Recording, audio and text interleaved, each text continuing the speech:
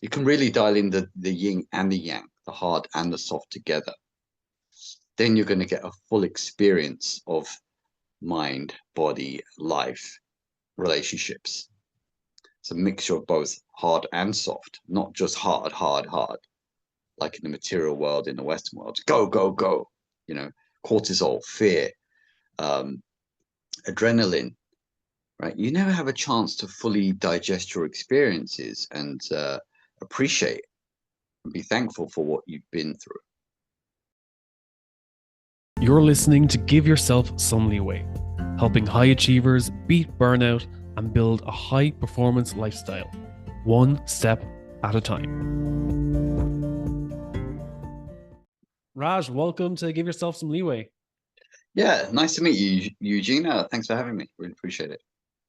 We were organizing this like last year, and I was just there like, I'm actually really looking forward to this conversation because what you have with Keep Fit Kingdom, it was so to the point. What your vision was, so very clear, and the breathing method that we're going to be talking about in this episode, it was just like very to the point, no jargon, no fillers. It was just like, what can I do right now to get into a flow state, into that state of calm? So where did Keep Fit Kingdom start? Where did it all start for you? And what's your dream for Keep Fit Kingdom in 2025? A very Wow. loaded question, I know. Yeah, I have to break that down a bit. No, that's a great question. That's a great question. I think for me, a bit of a genesis, bit of a backstory, I think would be helpful. So I've always been into health and fitness, but even beyond that, take you back to when I was 3 years old. My mother took me to nursery for the first time in London, and the first when we went to the library, I remember this very vividly, like it was yesterday. And the first two books I pulled off the shelf was one about dinosaurs and one about planets, right? And for whatever reason, I was attracted and drawn to these things and not anything else, not Thomas the Tank Engine or, those other school kid books. But what I realized is that my obsession was with evolution. That's why the dinosaurs, that's why trying to figure out, okay, how did we get to become a human and what's after that in terms of the evolutionary scale. And the planetary thing was very interesting because there was this big, a long abiding conversation. Like, why are there planets out there? What are they doing? If they didn't need to be there, why are they there? Like, what are they doing? What is Mars doing? There's no humans on there, but what's it doing there? Right? Jupiter, Saturn, Venus, like, we don't know. Right? So it's became a long kind of abiding adventure for me to understand these things. So that's where the interest in the human body came from, and understanding the different systems in the body and why is everyone having the body is the same template of a body. Have blood, you have lungs, you have a heart, you have a brain, but what causes the differences between people? So I got into my own fitness journey, bodybuilding, weightlifting, yoga, calisthenics, all that kind of stuff that people do. But I didn't understand that the alpha male type of approach, which I was very much of, was not the best, right? Because when you're competing with other guys in the gym, seeing who could the biggest bench press, the biggest, shoulder press and the squats and everything, I was good, but I was battering my body at the same time. And I never knew, because the talking about yoga and flexibility, it wasn't such a big thing back then. But then when I started getting all these pains and joint issues, and I think I'm too young for this. Why am I in pain? Like, I should be enjoying my life and my training, isn't it? So then began an exploration into the softer aspects of recovery, healing, energy, flow, breath. So Keep Fit Kingdom was born out of wanting to share these discoveries along our journeys, and we've got 12 journalists now, and they're all dialed into a specific area of fitness, whether it's yoga, whether it's vegan cooking, whether it's gymnastics, martial arts, all that kind of thing. So there's a bit of a backstory for you. One aspect I want to touch on there, when you said about I think it's the ego lifting of the bodybuilding scene. So a lot of my friends went into personal training, and that was all they post about, and that was all they did videos. And every day they would stay about 6 hours in the gym, and all they were doing were like comparing who could lift the most. And now they're in their 30s, and they all have back problems, hip replacements, bad knees, and like I since about 5 years ago, my regular routine was I go to the gym maybe 2 or 3 days a week, but I stay consistent at 2 or 3 days a week, and always a day in between. So I don't want to spend all my time in the gym because I've got other things to be doing. But I know I need to keep my energy levels and my health, so I want to stay consistent. So I found out 2 to 3 days worked for me, and they were like, "Oh, you're not a gym bro. You're supposed to be in the gym for 2 hours every day if you want to be in the scene or in the cup." And that just that mentality. And I look at them now, and for being in the health and fitness industry, they have destroyed their bodies from this ego lifting through their 20s, which is very ironic because they work in the health and fitness industry now. Um, but it was just that matter of trying to find that balance. Instead of lifting for ego, it's like, okay, why am I lifting, and why do I look for external validation in Mm. trying to top someone else's lifts? Yeah. And even for myself, when I took a step back, I used to do running a lot, and I realized that I was running for the runner's high. I just wanted Mm. those endorphins.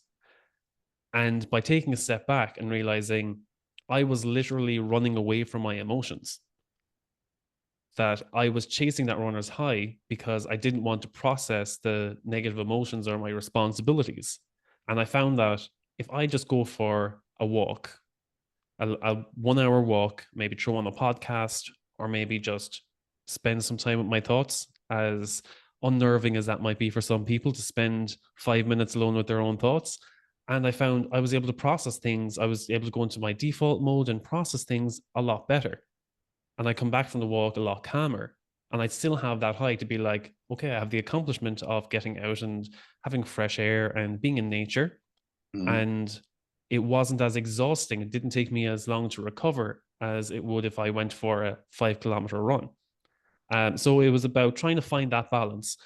It's when a self care activity, such as going to the gym or going for a run, is no longer serving you. It's no longer self care. It's you're performing that activity as it's in a way it's a form of self sabotage because you're running away from yourself, chasing that endorphin, that runner's high, but you're not actually serving your body in the long term. You're damaging your body with an activity that would otherwise be seen as self care. Mm. Exactly. Very well said. Very well said. Couldn't agree with you more. Yeah.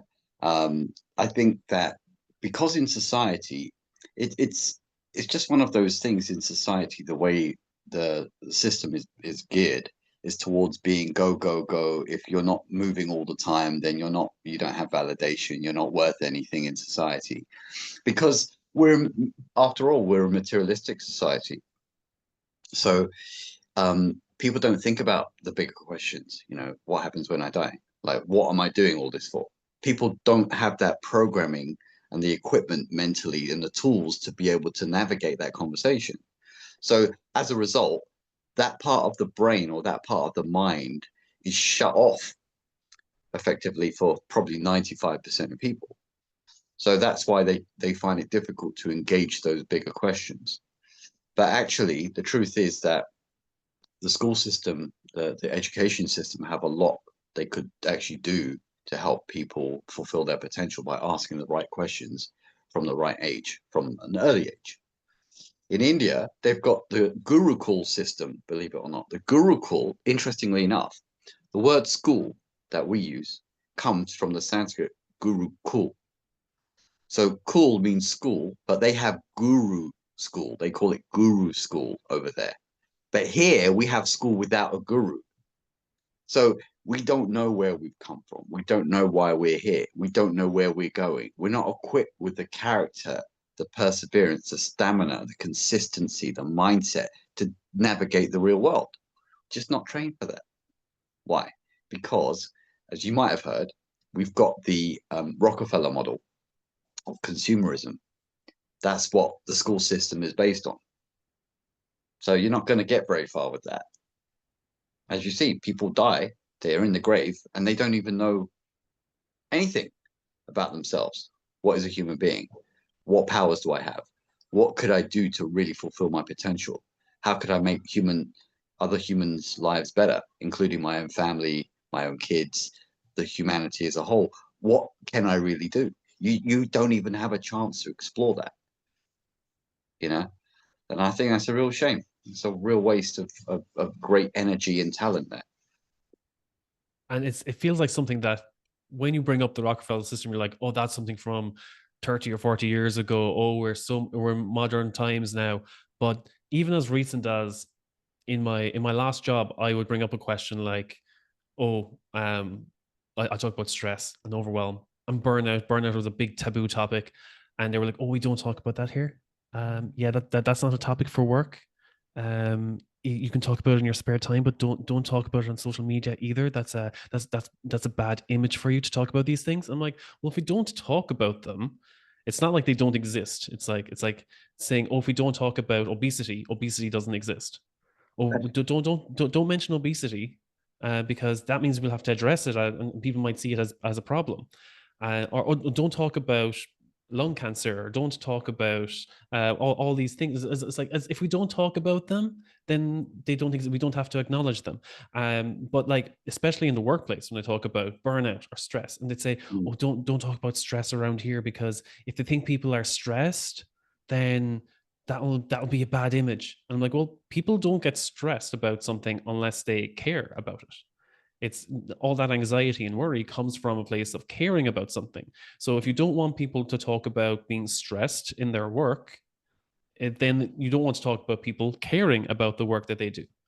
And that was just, let's say, one element of it, is that there's so much that we don't know about ourselves, because people choose not to talk about it because it's raw, it's uncomfortable. Because we don't talk about it, it's uncomfortable because the reps have not been put into it.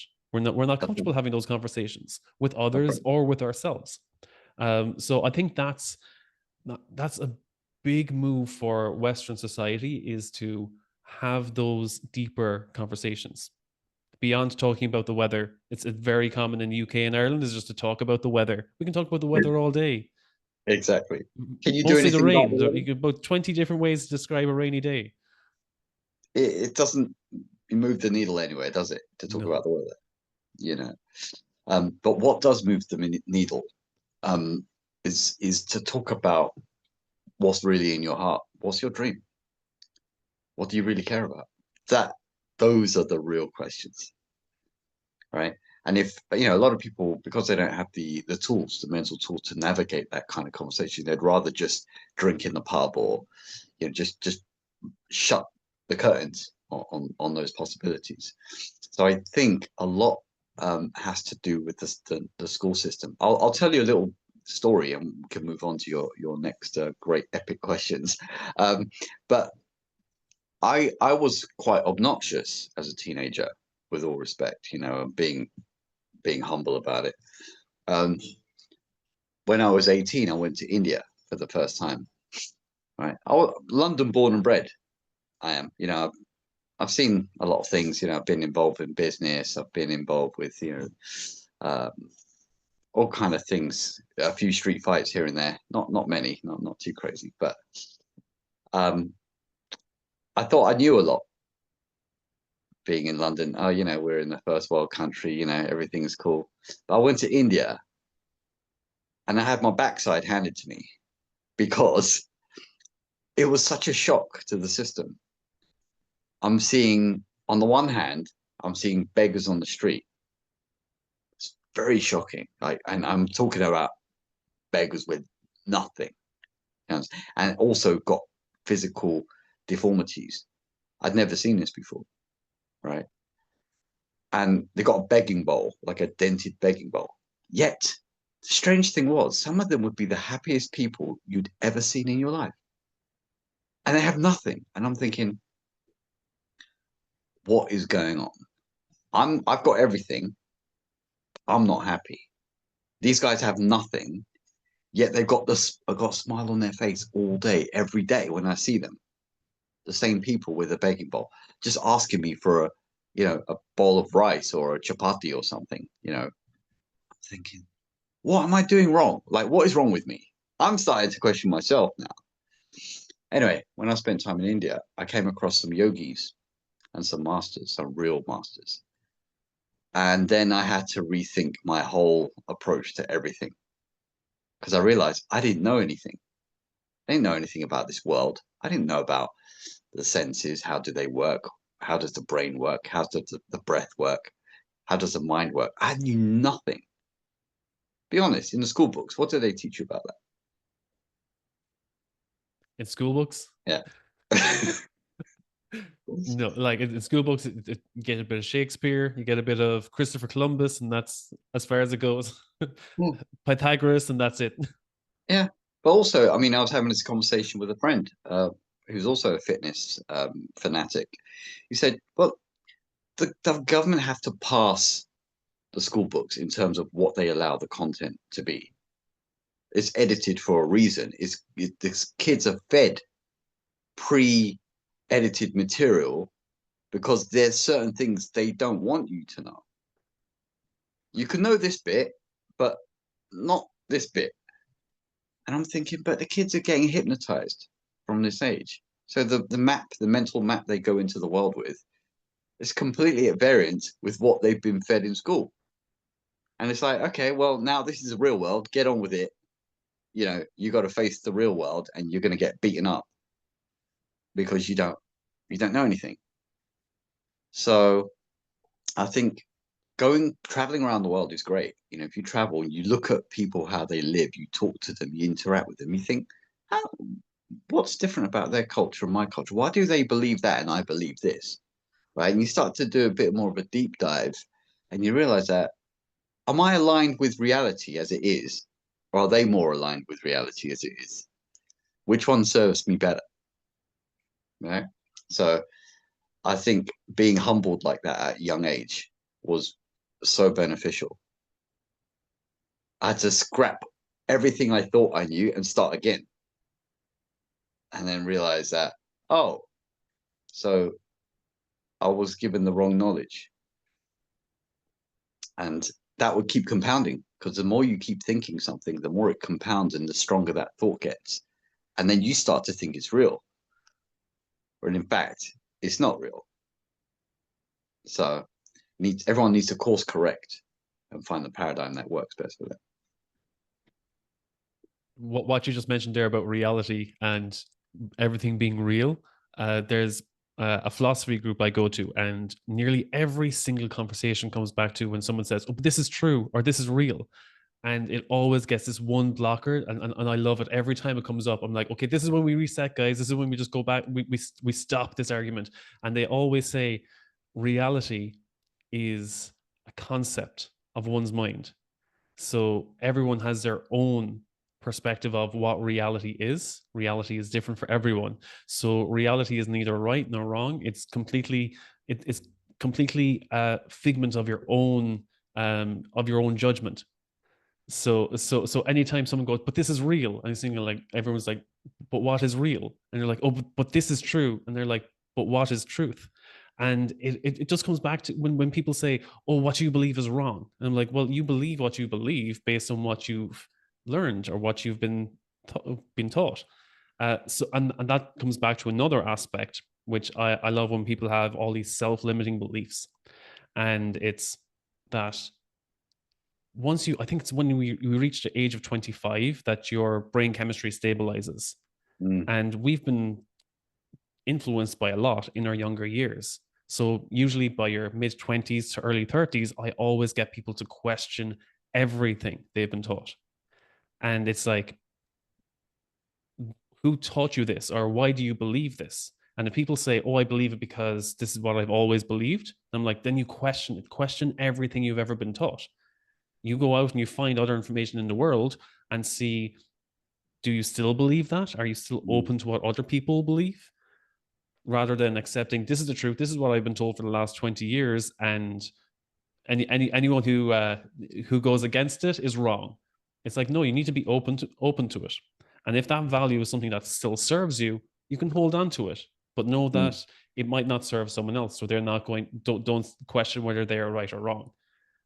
So it's about having that open mind and not having silly debates and arguments over who is right and wrong in certain things. Uh, like so many controversial topics that I could bring up on silly things, but someone could say like red is blue and blue is red, and they'll fight over which color is which. And it's like, well, you don't know how the other person sees colors or perceives colors. They might have been told when they were young that red is blue and blue is red. mm, mm. They might be colorblind. They could be colorblind. Yeah, that's it. So interesting, so interesting. I think one of the best paradigms that I've used in coaching, because I'm also a relationships coach for women for the last 15 years, is the paradigm of the 5 life areas. So you're probably familiar with this if you've read Stephen Covey's book, 7 Habits of Highly Effective People. He talks about the main areas of life. So there's health, there's wealth, there's relationships, mind, and spirit. So he says that every problem that anyone will have will always fall in one or more of these areas. So as long as you're aware of this kind of thought system for yourself, you can always develop yourself, whether it's daily or weekly or monthly, in any or all of these areas. And the amazing thing is, as we study things, like metaphysics from the likes of Joe Dispenza or Bruce Lipton or Greg Braden. I think they call them the 3 musketeers of metaphysics in the modern world. They would say, you've got to question your position in this matrix. You've got to understand that there are forces of the mind that have never been taught to you in school. If you leverage those, you can solve most problems. But because the mind is intangible, yet it is the majority of you in terms of you have a mind, you have a body, you have senses, and the world is just there, right? Do with it as you will. But it's your mind, the way you use your mind, that will determine your experience, the quality of your experience, and your outcomes and your results. So they say that, if you use the mind, you can solve most of your own problems and that of others as well. But because the mind is intangible and it's invisible, you can't actually externalize it because it's within yourself, right? And because it's within yourself, it cannot be corrupted in terms of, can it be dusted? Well, no, there's no dust in it. Yet it controls everything else that is visible that would need dusting. So this kind of conversation gets confusing for people because they've not been taught that you should utilize your intangible forces, which actually control the tangible forces. So, those guys, Bruce Lipton, Greg Braden, and Joe Dispenza, they try to help people be more inspired by these invisible forces. And as you mentioned, those invisible forces, is this what you would use to, because you mentioned Joe Dispenza, it's all about rewiring and firing neurons. Is this what you would use to, let's say, change your mental or emotional state? Absolutely. So the jump off point between navigating the invisible forces, which we all have to deal with. This is incredible, really. But I totally understand why people find it difficult because you're dealing with things that you cannot see. You're dealing with concepts. The higher up you go in your evolution, you start to deal with concepts now and principles rather than physical things, because physical things, they become boring after a while because they're very limited. But us as human beings are essentially unlimited. So the jump off point becomes where you tap into your own brain hormones, for example, endorphins, like you mentioned, the runner's high, get the endorphins, but also serotonin and dopamine, which are feel good, happy hormones. Once you can consistently activate those and secrete the hormones into your bloodstream from there, you can start to let go of the lower physical elements and start to deal with the higher mental realms. when you do the breathing methods, like what we'll hopefully do in this interview, is activate the vagus nerve as well. So the vagus nerve is a very important part of the parasympathetic nervous system. So it helps you rest, digest, to heal, to sleep, and to recoup your energy and optimize your well-being. The vagus nerve is behind the throat, behind the face, and in the gut. And once you become familiar with those soft practices, breathing methods, releasing chemicals from the brain, Tai Chi, if you like, you're kind of relaxing, don't beat up your body kind of methods, yoga, Tai Chi, you can really dial in the yin and the yang, the hard and the soft together. Then you're going to get a full experience of mind, body, life, relationships. It's a mixture of both hard and soft, not just hard, like in the material world, in the Western world. Go, go, go. Cortisol, fear, adrenaline, right? You never have a chance to fully digest your experiences and appreciate and be thankful for what you've been through. So yeah, the jump off point is to release those hormones from the brain, and then you're able to navigate the invisible with intuition. This is such an undeveloped quality that we all have.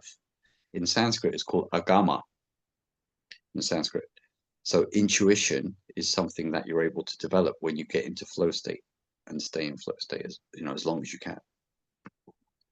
Yeah, what you touched on there about the parasympathetic. So for people who are not familiar, we have the sympathetic, which is, let's say, our fight or flight. And that's kind of what we run on when we're at work most of the time. It's always stress, go, go, go. You're in fight or flight or freeze, and you're in that constant state of adrenaline, high cortisol. Whereas if you can tap into your parasympathetic state, which is something that is almost unique to humans as mammals, having a prefrontal cortex, that we can go beyond this fight or flight and tap into, as you said, the vagus nerve, all these breathing, this state of calm, that we can get into a state of control. That's right. That's something that is unique to us. But again, if we're not aware of this, we cannot tap into that. It's strange. We can observe nature. I'm sure yourself and curious people, thinking people, they look at nature and think, how do animals know when to rest and when to be active? They have both. Like a monkey, even a monkey who's restless and chattering about and causing mischief, they will also retreat and relax and chill and mess around with their little monkey friends in the trees and rest and relax and just hang around and just do nothing, and they don't feel guilty. So in the animal kingdom, they all have this, where they're on the go when they have to fulfill their duties, like they have to kill, like the lion has to kill food and bring it back to the cubs. But then they also have a lot of time when they're just chilling out by the lake and just relaxing and not doing anything. They don't feel guilty about it. That's the same with our dog. Is like a 15-year-old Chihuahua, and he could sleep for 16 hours a day at this point, which is great. He doesn't have the yappy energy of a puppy anymore, but he could sleep for 16 hours. And they're like, oh, is he not bored that he's just in his bed all day? And I'm like, well, he's not worrying about taxes or paying bills or anything. He can sleep all day. No worries in the world. Like babies, right? That's why they sleep so well. Yeah, exactly. They don't have to worry about these kind of things. Right. All these worries are conditioned into us as well, that could be a debate for another day, but all the things that are conditioned into us, all these stresses and anxiety, but if we don't know the other side of that, how can we tap into controlling those things and controlling instead of being in a high cortisol, high stress, high alert state all the time? How can we take a step back and give ourselves a chance to recharge and recover? Exactly. But this comes back to the system that you're born in. So if you're born in the UK, you're born in the USA, you are born into this social construct that conditions your mind, consciously or unconsciously, to get into that rut, into that fix, into that funk where you think it's normal because everyone else is reacting like that. So you tend to do the same. You still have your individual life, you have your individual blueprint, fingerprint, and you have your own mannerisms and characteristics, but still the energy system that you're stuck in is because you've not been taught a more balanced way how to consciously get that under control.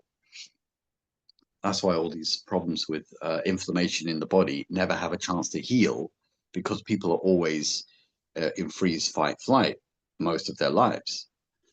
So people need to definitely learn the opposite side, the parasympathetic side, for sure. And that's exactly what you're going to share with us today. Yeah, if you're open to it, absolutely. Yeah. Shall we do the practice? Yeah, of course. I suppose give an explanation of, because we did this off air already. And when you first showed me this, the 3-3 breathing method, I remember we're just going through it. Next thing I was like, I'm already yawning, so I'm definitely relaxed. I could fall asleep right now. Um, but that's the importance of, like, or the power of it is that people who are constantly, let's say, shallow breathing and or hyperventilating even, because they're just in a high stress state, and they think this is how I stay alert. This is how I'm always aware and high performing, is because I'm always in this state. But it's not a relaxed state, and it's also the difference between enjoying life and enjoying being in high energy state, or being just on this adrenaline rush, high stress, high alert all the time, hyper vigilant about everything, and thinking that that's you working in a peak state. It's like, no, your body is literally in fight or flight. Your body is literally, all alarm bells, all sirens are going off. That's not working in high energy. That's not working in a state of control. You are like a headless chicken running around the yard. That's the state that you're in. That's not high performance. So Correct. what you have here with the 3-3 metaverse breathing method is a way of controlling your breathing, and that you can control your state so that you are back in control, and then you can work and perform with intention. Absolutely, absolutely. So well said, so well described. And I think one good question we're using as a new barometer of questions when we coach: are you enjoying your life? Are you enjoying your life? Because if you're not enjoying your day because you're not able to rest and digest within the day, you're not enjoying that day. So if we ask you the question, are you enjoying yourself or not? Is your life fulfilling or not? It's a great question, because humans don't need forever to think about that. They just know instantly, yes, I'm enjoying my life. No, I'm not enjoying my life. So if you're not, why aren't you enjoying your life? Let's look at your day and see when you're in sympathetic mode and when you're in parasympathetic mode. And let's get a routine together that helps you visit the parasympathetic more often during the day. And then you'll start to appreciate and enjoy your life, because you're able to control your states and mood and energy so much better. Right? So that's how we Yeah. should be. That's a great question. And it reminds me, I remember I was job searching about 2 years ago. And one of the questions that I posed to every interviewer, who oftentimes would have been my potential future manager, and they would say, "Oh, any questions?" And I'd be like, "Yeah." I was like, "What excites you most about getting up for work in the morning? What do you enjoy most about working with your team?" And they literally just look at me and go, like, "What kind of question is that?" And 9 times out of 10, they just shrug their shoulders and say, "Oh, it's my 9 to 5." Is And it? and right there in the interview, I'm just there like, "You told me everything I need to know about this job." I'm like, if that's how you care about your job and how you care about your team, it's a no for me. Wow, that's deep. I love that. I love that. But a lot of people would be like, you're asking questions outside the box. We're not comfortable with you. I'm not going to Yeah. hire Oh, you. they were expecting to talk about salary or talk about work conditions or something. I'm like, no. I was like, do you enjoy working here? Do you enjoy spending time with your team? Because you're with them for 30% of your life if you're there for 40 years. But like, as soon as I threw that was a curveball for them. And they're like, no, Wow. no, we're the ones who are supposed to be throwing curveballs at you. But as soon as I'd say that, and next thing they'd say, oh, this is just my 9 to 5.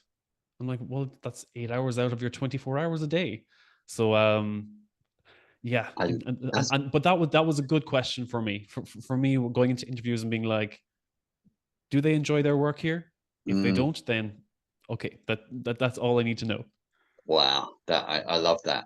we should have more people asking those kinds of questions, because end of the day, you're a human, I'm a human. So what? Right? Let's get back to basics. Yeah. Yeah. Don't faff around with too many hoops. Just, we're humans, right? You want to be happy, I want to be happy. How do we do that? Right? So yeah, wow, let's try the breathing method and see how we do. Do you remember how long you did it for last time? We Eugene? did it for, I think it was 18 reps in 1 minute or 1 minute 30, I think. Wow. Was that right? It was about Yeah. that, Bath? Like on the post, it says 18 times in 1 minute. Yeah. Is it 18? Yeah. Yeah. Literally that. All right. So I'll walk you through it like last time. So what we do first is check the nostril flow. So if you can block the left nostril, breathe out once through the right, and then same right on the other side. And can you tell me what the flow is? Is it 50-50 or is it 8? Yeah. Yeah, it's about 70-30. 70 on the right and 30 on the left.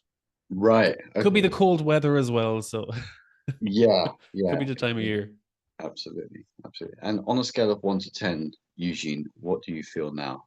1 being don't feel great, 10 being feel amazing. Where would you?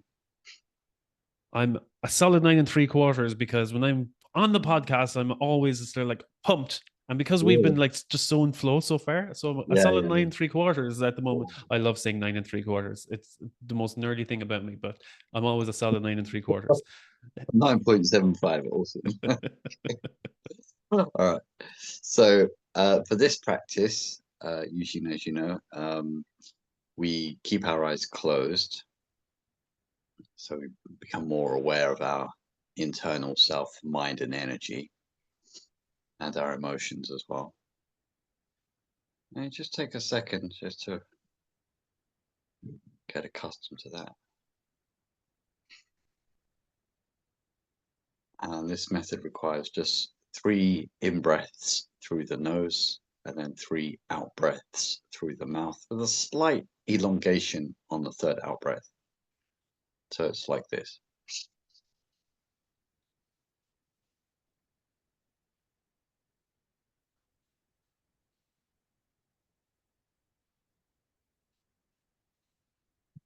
Okay, do you want to try that once? Mm-hmm.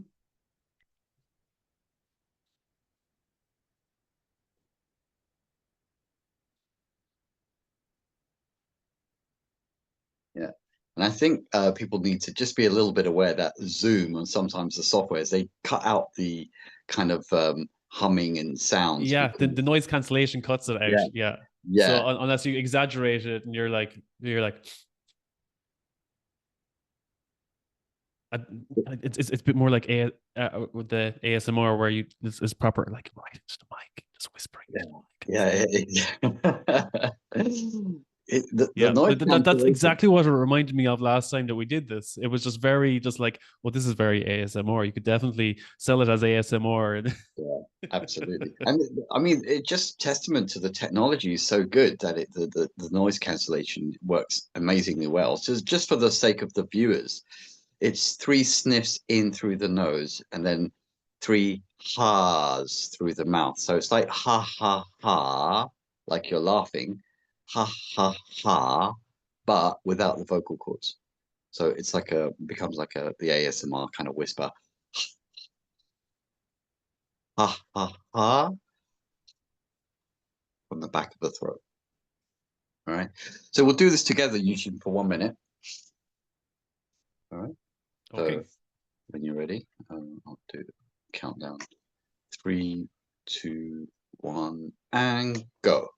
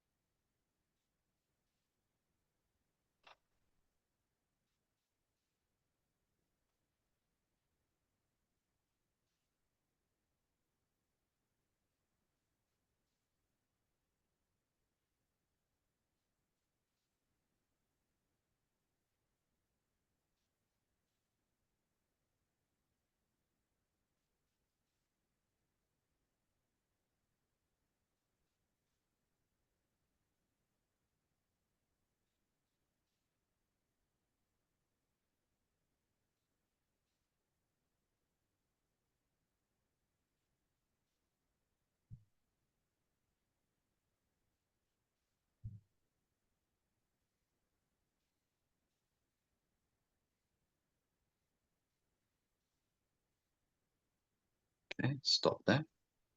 And keep your eyes closed and just relax.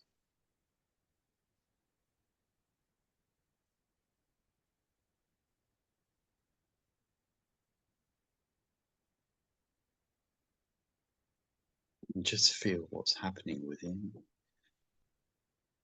Observe.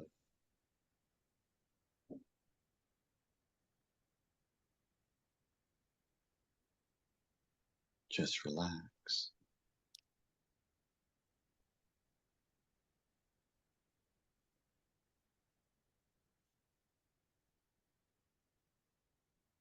When you're ready, keeping your eyes closed, tell me what you feel and what you notice.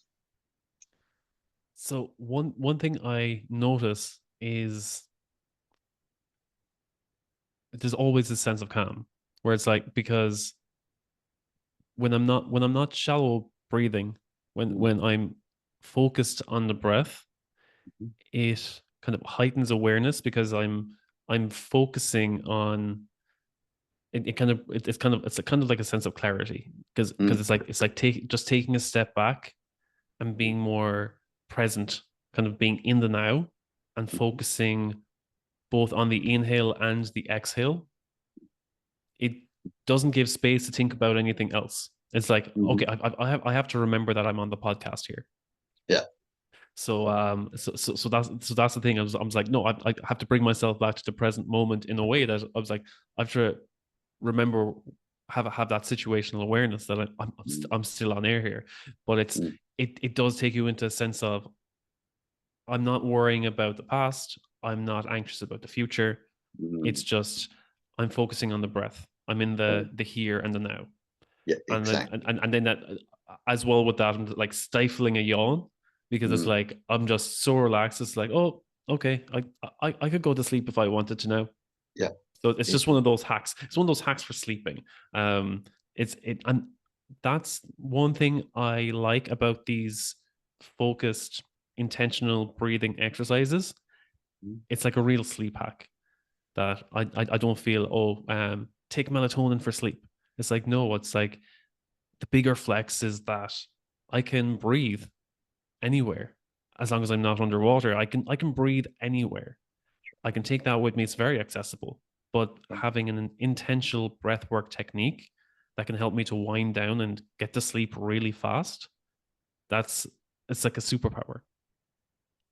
Keep your eyes closed just for a moment because I want Mm-hmm. to explain a couple of things to you. And I think, the hundreds or thousands of people that we've walked them, through this, they realize that they've never gotten into this state ever, not this quickly anyway. So, um, have you noticed, Eugene, your heart rate slow down a little bit?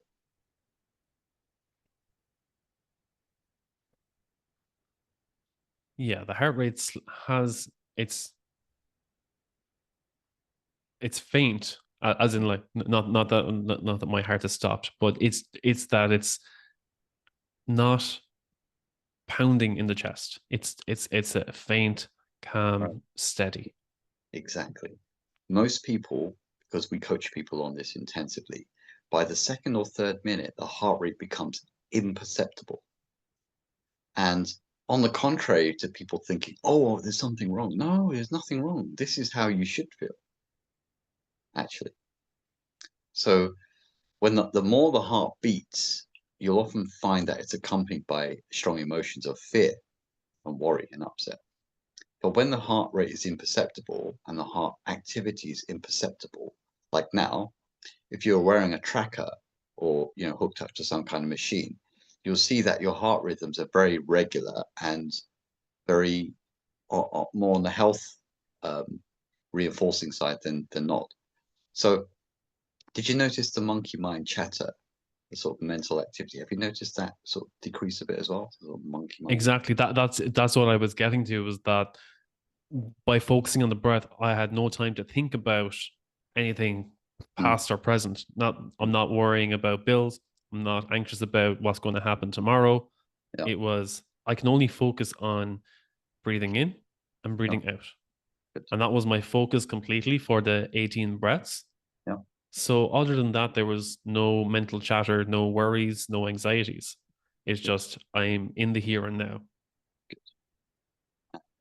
Did you feel a kind of growing sense of awareness beyond the body, like your consciousness, your mind kind of grew a bit larger? Did you notice anything like that?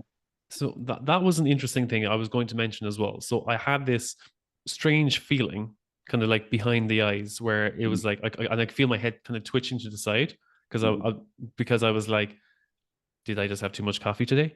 And it's just catching up with me right now. mm, At like 6 p.m. But it was just like it was an interesting sensation. I was there like I feel like I just had a very clear mind, just very intense focus, and I'm like, okay, I don't know how to describe this, mm, but it was just like I just want to get to work. mm. It was just a state of mental clarity where I'm like, okay, like I didn't feel fuzzy or didn't feel like do you know when you stand up too quickly and you get dizzy? Mm, It wasn't that dizzy. It was the exact opposite of that. It was mm, I'm relaxed. I could sleep if I wanted to.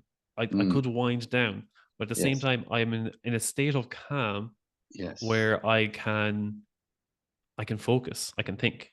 You can choose whatever you want to do. Yes. Yeah. So do you feel like you're in flow state? Yes, that is the flow state for me. It's when I'm like I'm calm Mm, and I feel I'm in control. that's it. Exactly. And compared to the other methods you may have tried, um, was this a bit quicker, or how does it compare with the other? Yeah. So the there's only one other method that it very similar, Mm, but rather than the 18, mm, it's the 10. It's 10, just one deep breath in, hold, mhm. and one deep breath out. Uh-huh. And but I find with the intentional the 1 2 3 Mhm, 1 2 3, the ha ha ha, mhm, that it's easier to stay intentional with the breath mm. because there's more of a rhythm to it rather Right. than the long exhale or the long inhale and the long exhale of the one breath. Yeah. The intentional three sniffs and Yes. three ha ha ha's, Yeah. it has a rhythm. Yes. Especially if you're musical in any way. It's just this rhythm which is easy to just get into the flow, get into a state with. Yes, exactly. Well, that's a very good point. You know, the ocean waves. People like to go to the ocean, the beach, because some people have problems and they just want to kind of wash out from their consciousness the problems. The waves are very soothing because it's got a predictable ebb and flow, ebb and flow. No matter what happens, it will have ebb and flow, ebb and flow. And as you said, it's a predictable rhythm. Once you get into predictable rhythm, which you no longer have to think about, then it takes on a power of its own. It almost becomes subconscious, and the effort is minimal, right? So, um, on a scale of 1 to 10, how surprised are you at how quickly this worked, considering that you just did it for 60 seconds? One being not surprised, and 10 being very surprised. What would you say? For me, I'm not very surprised because this is something that I have I have practiced for a while. This is something, Yeah. but since you've introduced, and I'll just disclose this with you as well because we didn't talk about this off air. But since we talked about this about a month ago, I've been practicing it regularly in the lead up to the podcast to be like, I just want to make sure that this isn't just some flimsy woo woo thing that Raj is trying to put on me, a bit of snake oil selling or something. But no, I was like, this is practical, and this is what I do is that I like to look for what's a simple way that is almost so simple that it feels stupid not to do. Mm, That there's such a low barrier of entry that why would I not do that? mm. So, do I have 60 seconds in my day to spare to make myself feel calm and in control? And will this method help? there's only one way to find out, and that's to try it repeatedly to get the reps in and see if it's reproducible. And that was something that I found. I was like, okay, I'm going to replace my previous breathing technique and replace it with the new 3-3 method. Now my partner hears me going every night, and this is like, it's like, what are you doing? Um, and I'm like, trust me, Raj says this works. Yeah. But it's only by getting that rep in. But it was something that I question again, coming back to questioning everything. Of course, I questioned it, but I even knew from when we practiced this first between us, and I feel that when you practice with someone else, it's easier to get into that rhythm as well. There's kind of a resonance that comes with that. But by practicing it on your own as well and getting familiar with how your body reacts and your own self-awareness, that it surprised me how it was easier to stay intentional on the breath with this practice. Yes. Yes. Your partner, they can ask you, what are you doing? But you could also ask them to try it for a minute as well and see what happens. Yeah, it's like, stop questioning it and just join it. Yeah, exactly. Exactly. So you've seen how, because I've practiced yoga for 25 to 30 years, we do the physical postures, downward dog, upward dog, you get sun salutations, all those things. They're good. But the real meditation and the real transformation of a human being happens in the mind and the energy. Because there's only two things that exist in the universe. One is consciousness and the other is energy. So if I told you that a lot of issues that I've helped people solve that have not been touched by medical science, you'd be like, how is that even possible? And it comes back to the same thing. There's only two things that exist in the universe: consciousness and energy. Once you know how to use energy, you can make all kinds of changes happen.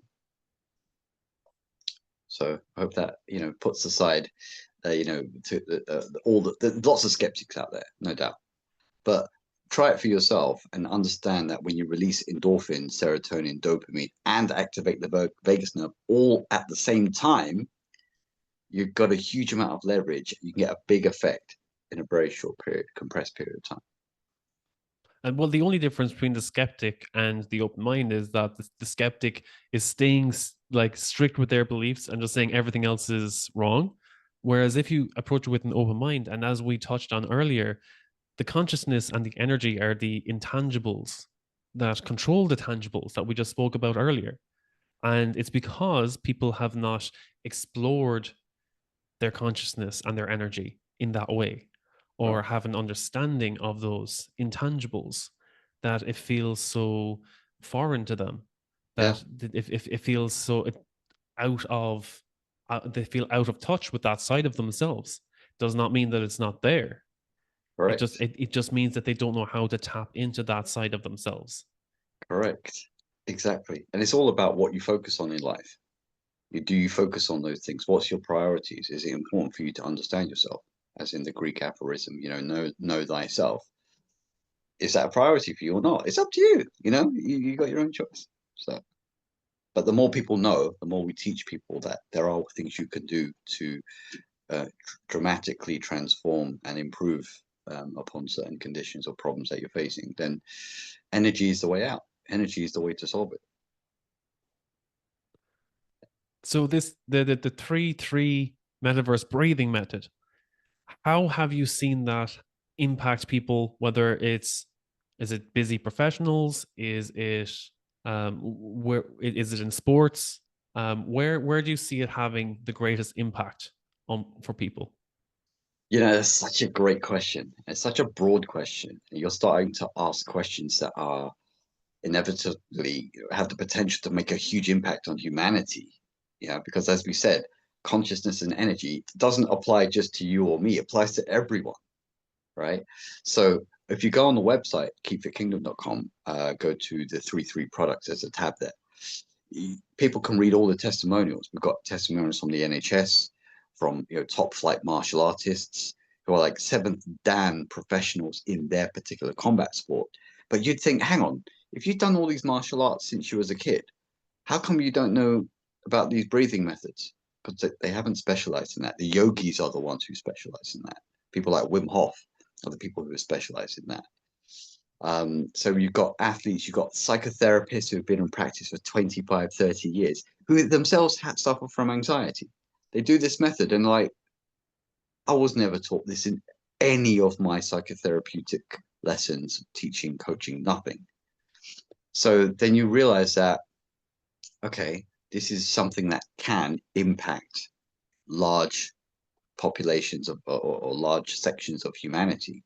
So we're looking to popularize the method to help, collaborate with, intelligent people like yourselves who are willing to practice and measure and understand the influence and impact in their own lives and say, oh, well, I used to have 48 different methods. I don't need all of those. I have one which is more effective than most of those put together. We had a coach who's an Olympic swimming coach. She says, I have 52 methods in my toolbox. I give it to all my students. When she did this method with us, she's like, you know what? I said, what? When I asked them which methods did you use, and they say, I didn't use any. And she says, why? She says, there's too many. I don't know which one to pick. And then it kind of penny dropped and she realized, better that you take away all complexity, all of it out. Use one that will work reliably, consistently, every single time you do it. And they don't need to worry about 52 different tools. So we're looking to bring, more awareness to the breath, more appreciation for your own powers in your brain that you already have, and to unlock people's natural potential. That's where we want to go with this. I love that. What you mentioned about the coach having 52 things, and straight away my eyes just started to roll, because I know so many people and they're like, I've got so many tools in my toolbox. There's so many things that we could do. And I'm like, yeah, but I don't want to do 52 things. The reason that I'm here is because I'm stressed and I've got no time, and I just want to fix this problem. So if you're going to throw 52 things at me, it's like, okay, you've given me all these different like screwdriver heads in the box, but just show me which one works or which one can do multiple things. And I always come back to, like, if I want someone to start somewhere, they don't know where to go or what to do, I always mention Gary Keller's The One Thing. And I always say, what's the one thing that if you do right now will make everything else easier or unnecessary? What's the one most effective thing you could be doing with your time? Because if you're going to throw 52 things at me, the decision fatigue alone from trying to decide which one I should focus on, or not trying to focus on 52 of them all at the same time, that's going to cause more problems for me. What's one thing I can do right now? And if I can take a breathwork technique that takes me 60 seconds to help me to calm down, feel in control, and then I can decide, okay, maybe I can look at the 52 things in the toolbox and pick one of them and try that next. Or I can say, no, this one works for me. This one will get me by. And if I keep it as a regular practice and get consistent with it, it will feel effortless with time. It will become second nature. Correct. Exactly. And I think, being a yogi, being very, very interested, as I mentioned earlier, in evolution, human evolution, I had to understand that human beings can live for 40 days without food, 4 days without water, but only 4 minutes without breath. So why isn't the breath, if it's the most important fuel of the body, why isn't that discussed far more exponentially than the others, if it's that important? So you can see the mismatch of priorities have been on the wrong thing again in the materialistic world. They've gone for the complex, infinitely non-solvable ways of building a house from the roof down rather than from the foundation up. So that's where the problem lies, and it's a great discussion. So happy to keep it. Yeah. Yeah, Rolling. Raj, I love everything you're doing, especially with keeping it simple for people. Keeping it simple with, okay, let's breathe in and breathe out and do it for a minute and keep it intentional, and Right. you'll feel 1,000 times better. Exactly. And I think that's what people need to do, is realize that we have to cut out the jargon.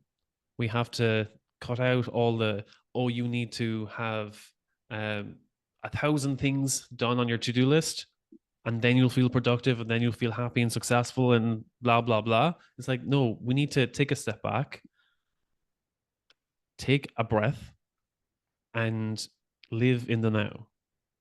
Enjoy living in the now. Yeah. So that's one thing I love with what you've been preaching here with Keep the Kingdom. Yeah. I also want to say a couple of other things very quickly, where it becomes even more exciting. You did it for 1 minute, right? When you've been practicing by yourself, how many minutes did you do it for? So usually, well, especially when I'm going to sleep, I do it until I stop counting. It's better than counting sheep to just count your Yeah. breaths. It's so much more effective and so much more practical than just counting sheep and trying to visualize different kinds of sheep. Very true. But I do it until I go to sleep, but I think I'd lose count somewhere between 20 or 30. And Wow. so that's effective enough for me.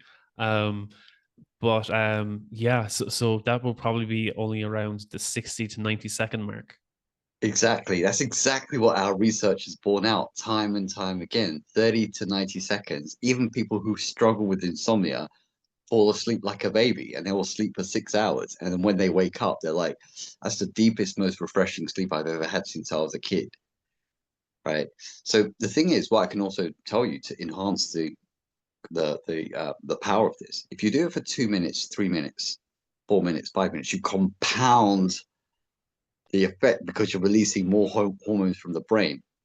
And if you're in business, high pressure business, we were coaching a lawyer from Dublin. She has high pressure meetings every day. When she does this method of 2 or 3 minutes, what's that? That's 120 to 180 seconds. It's nothing, right? And what happens is her whole mindset morphs into like bullet time from the Matrix. Everything's moving in slow motion. And what her partners do, they start nodding their head in agreement. When she suggests something, they're all going, yes, yes, yes. And she said, what's happening? I said, the reason is because you've removed all the static from within yourself by getting your emotions to flow in a positive state, to flow. And everything morphs according to what you start thinking. I know it sounds a bit, you know, technological, a bit futuristic, but that is actually what happens. And just as you mentioned there, when you're doing it for 3 or 4 minutes, what it reminded me of is Andrew Huberman's non-sleep deep rest. So is this similar to the non-sleep deep rest that Andrew Huberman will be doing? Well, I think the method, the count is simpler on this one, and it's softer, and it's far easier for people to remember. Because when we teach children, you know, 5-year-old, 6-year-olds, I have my partner who's teaching children as well. Can you count to three? Yeah, yeah, I can count to three. Are you sure? Yeah, then you can do this. 1, 2, 3, 1, 2, 3, 1, 2, 3, 1, 2, 3. It's easier to kind of make it subconscious, if you know what I mean, as a rhythm.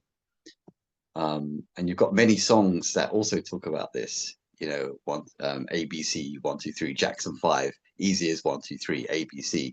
You know, so I think that also adds to the fun of it. Yeah.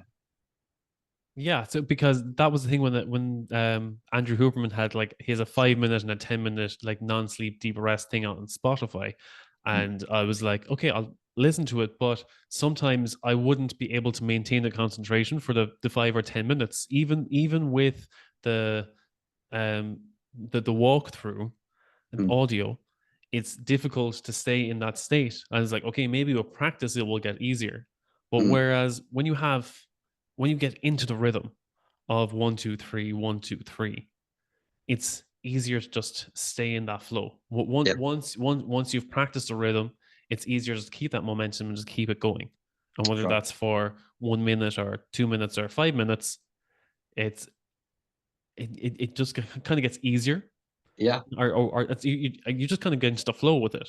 That's right. Same as singing a song or anything. It's like the time goes by quicker because you're intentional and you're focused, but there's no let's say mental fatigue or anything or extra concentration.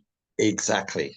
Exactly. And this is why we're trying to make it as accessible to as many people as possible. Even if you don't understand electricity, electricity works if you just switch the switch on, it'll work. That's the idea that we had initially, that we want it to lower the threshold, make it as easy as possible for every man, woman, and child on the planet to experience flow state and to experience what it is to have your emotions flow in a positive state where you feel peaceful. When you feel peaceful, you don't want to fight with anyone. And when they're peaceful, they don't want to fight with you either. So everyone remains in a state of peace and flow. So, yeah, that was a very, very good point you mentioned. It's not hard to learn, but the science of it releasing these hormones and endorphins is not, oh, let's make it more complicated and we'll feel better. No, make it simpler, feel really good, and maintain and compound that effect the more you do Yeah, it. that's exactly where you're like, is like, oh, how do we level up? How do we optimize this more? It's like you optimize it by compounding it, by doing it over time. That's all you need to do. Correct. Exactly. Love that.